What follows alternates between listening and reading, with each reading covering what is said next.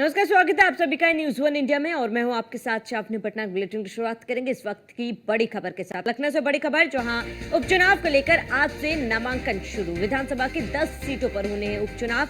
BJP ने अभी तक प्रत्याशियों की घोषणा नहीं की है। उपचुनाव के लिए अधिसूचना आज जारी होगी। सपा बसपा ने कुछ ही सीटों पर उतारे हैं प्रत्याशी। सपा ने इंडी गठबंधन के तहत कांग्रेस को 2 सीटें दी है।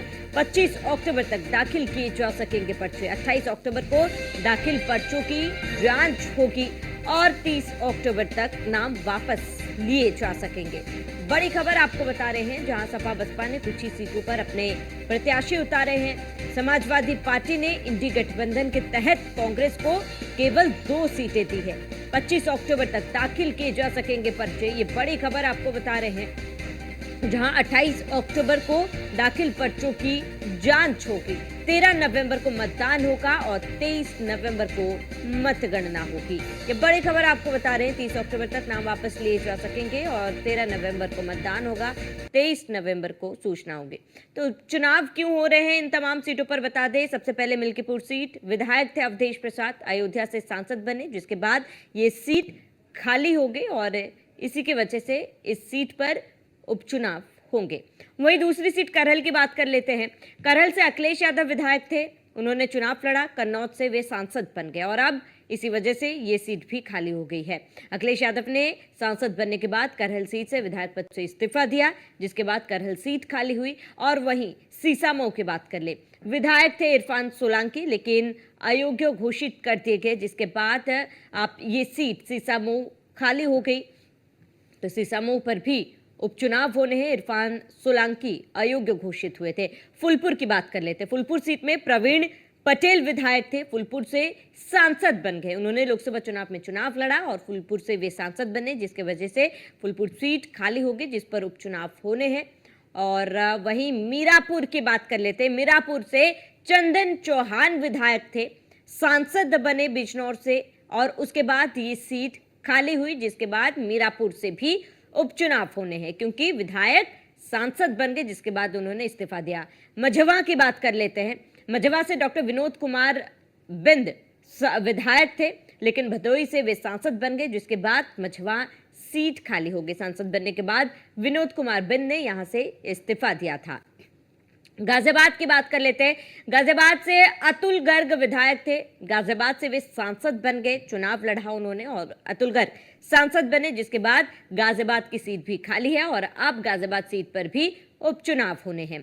खैर सीट की बात कर लेते हैं। अनूप प्रधान वाल्मीकि हाथरस से वे सांसद बने और अनूप प्रधान वाल्मीकि खैर से विधायक थे, जिसके बाद चुनाव लोकसभा का उन्होंने लड़ा। हाथरस से वे सांसद बने, जिसके बाद ये सीट खाली हुई है। कुंदरकी की बात कर लेते। जियाउर रहमान संभल से वे सांसद बन गए। जियाउर रहमान के सांसद बनने के बाद से कुंदरकी सीट खाली होगी, जिसके बाद इस सीट पर भी उपचुनाव होने हैं। वहीं कटेरी की बात करते हैं। कटेरी में लालजी शर्मा विधायक थे, लेकिन अंबेडकर नगर से उन्होंने लोकसभा चुनाव लड़ा, जिसके बाद वे सांसद बने और उन्होंने कटेरी सीट से इस्तीफा दिया और इसके बाद कटेरी सीट खाली हुई, जिसके बाद इसमें उपचुनाव होने हैं।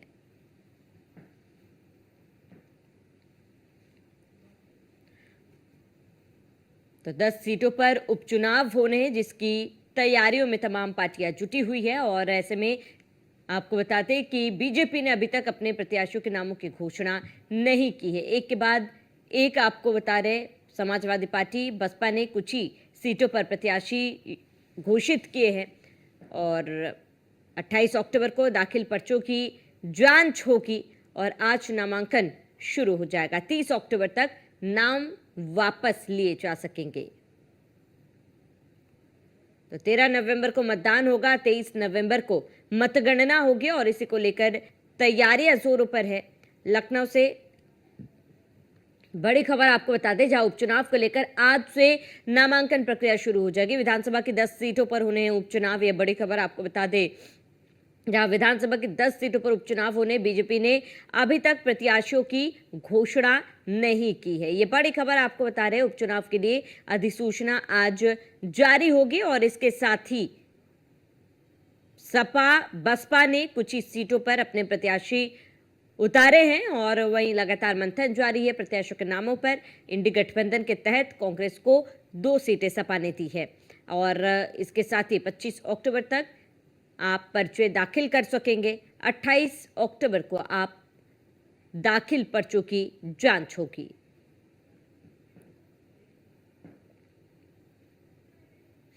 अधिक जानकारी के लिए संवाददाता एसके बाजपेयी हमारे साथ जुड़ चुके हैं। एसके बाजपेयी, आज नामांकन प्रक्रिया शुरू हो जाएगी। हालांकि अभी तक बीजेपी की तरफ से प्रत्याशियों के नामों की घोषणा नहीं की गई है। क्या लगता है कि कब तक बीजेपी प्रत्याशियों के नामों का ऐलान कर सकती है?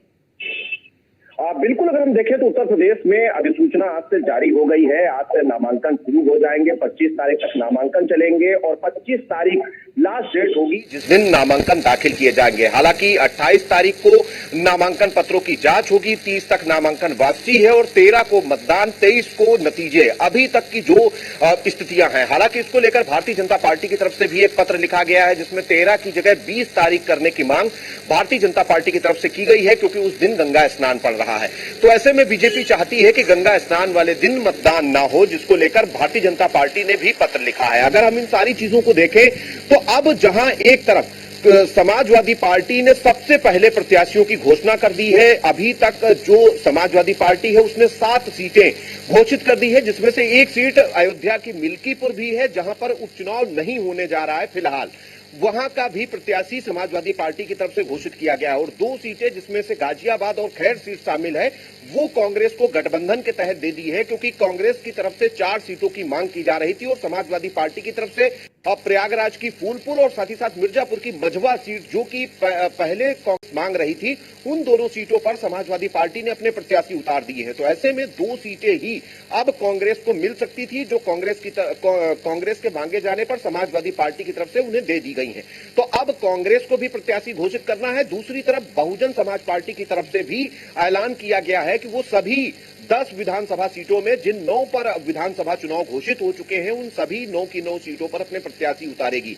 हालांकि अभी तक बीएसपी की तरफ से किसी भी प्रत्याशी का ऐलान आधिकारिक तौर पर नहीं किया गया है। कुछ सीटों पर बसपा की तरफ से प्रभारी जरूर घोषित किए गए हैं, क्योंकि ज्यादातर बसपा पहले प्रभारी घोषित करती है, बाद में उन्हीं को प्रत्याशी घोषित कर देती है। तो निश्चित तौर पर आधिकारिक तौर पर इंतजार करना होगा कि बसपा कब इन 9 सीटों पर प्रत्याशी उतारे। दूसरी तरफ भारतीय जनता पार्टी ने अभी तक अपने पत्ते नहीं खोले हैं। चूंकि लखनऊ में यूपी बीजेपी कोर कमेटी की बैठक हुई थी, जिसमें मुख्यमंत्री योगी आदित्यनाथ, दोनों डिप्टी सीएम, बीजेपी प्रदेश अध्यक्ष और संगठन महामंत्री शामिल थे। उस दौरान जिलों से आए 10-10 नामों के पैनल पर विचार किया गया था। 3-3 नाम फाइनल करके केंद्रीय नेतृत्व को भेजे गए थे, जिसमें केंद्रीय नेतृत्व के साथ यूपी बीजेपी कोर कमेटी की बैठक हो चुकी है, नाम फाइनल हो चुके हैं। हालांकि भारतीय जनता पार्टी की तरफ से आधिकारिक तौर पर अभी किसी भी सीट पर प्रत्याशी घोषित नहीं किया गया है। तो निश्चित तौर पर इन सारी चीजों को लेकर कहीं न कहीं लगातार सभी पार्टियों की नजर बनी हुई है, क्योंकि समाजवादी पार्टी के प्रत्याशी घोषित करने के बाद बीजेपी की कोशिश यही होगी कि क्षेत्रीय जातीय समीकरण के साथ समाजवादी पार्टी के प्रत्याशियों के हिसाब से ही अपने प्रत्याशी उतारे जाएं, ताकि इस उपचुनाव में बेहतर परिणाम अपने पक्ष में लाए जा सकें। तो निश्चित है कि भारतीय जनता पार्टी में लगातार इन सारी चीजों को लेकर मंथन चल रहा है। उम्मीद है किसी भी समय भारतीय जनता पार्टी 9 सीटों पर अपने प्रत्याशी घोषित कर सकती है, जिसमें से एक मीरापुर सीट भारतीय जनता पार्टी ने अपने सहयोगी दल आरएलडी को देने के संकेत दिए हैं। अब देखना यह है कि इन 9 सीटों पर भारतीय जनता पार्टी और आरएलडी की तरफ से कब प्रत्याशी घोषित किए जाते हैं। बिल्कुल इसके बाद पे, क्योंकि देखिए प्रत्याशियों के नामों पर शंका लगातार बनी हुई है। वहीं पिछली बार जब हमने देखा था, बीजेपी ने मंथन किया था आलाकमान के साथ और इसके साथ ही हर सीट पर करीब 3-3 प्रत्याशियों के नामों का प्रस्ताव भी रखा गया था। अभी फिलहाल इसके बाद पे स्थिति क्या है? क्या जो अंतिम नाम तमाम प्रत्याशियों के हैं वो तय किए जा चुके हैं? और इसके साथ ही क्योंकि लगातार हमने देखा है कि कांग्रेस ने 4 से 5 सीटों की मांग की थी, लेकिन अब समाजवादी पार्टी ने केवल 2 सीटें दी है। क्या अब कांग्रेस जो है इन दोनों सीटों से खुश है, वो राजी है?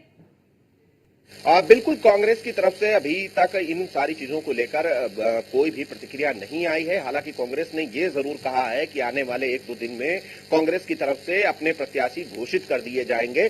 तो ऐसे में देखना यह है कि चूंकि अब कांग्रेस के सामने भी कोई ऑप्शन नहीं है, चूंकि समाजवादी पार्टी बाकी की 7 सीटों पर प्रत्याशी अपने उतार चुकी है, 1 सीट पर चुनाव हो नहीं रहा है और 2 सीटें जो बच रही हैं वो कांग्रेस के खाते में जा रही हैं। तो ऐसे में कांग्रेस संभवतः गाजियाबाद और खैर के लिए अपने प्रत्याशी घोषित करेगी। और जहां तक बसपा और भारतीय जनता पार्टी का सवाल है, बीजेपी कहीं न कहीं अपना राजनीतिक गुणागणित देख रही है कि किस तरीके से प्रत्याशी चयन किया जाए, जो समाजवादी पार्टी के प्रत्याशी के साथ ही जो भारतीय जनता पार्टी के कार्यकर्ता और पदाधिकारी हैं उनके बीच में भी लोकप्रिय हो, लोगों के बीच में लोकप्रिय हो, उनकी अच्छी छवि हो और भारतीय जनता पार्टी को सीट जीत कर दे सकते हो, ऐसे प्रत्याशियों को मैदान में उतारा जाए। तो निश्चित है कि इन सारी चीजों को लेकर बीजेपी में केंद्रीय नेतृत्व स्तर पर चीजें तय की गई हैं और उम्मीद है किसी भी वक्त भारतीय जनता पार्टी के प्रत्याशियों की सूची जारी की जा सकती है। ठीक है, इसके बाद में तमाम जानकारी के लिए जुटने के लिए आपका बहुत बहुत शुक्रिया।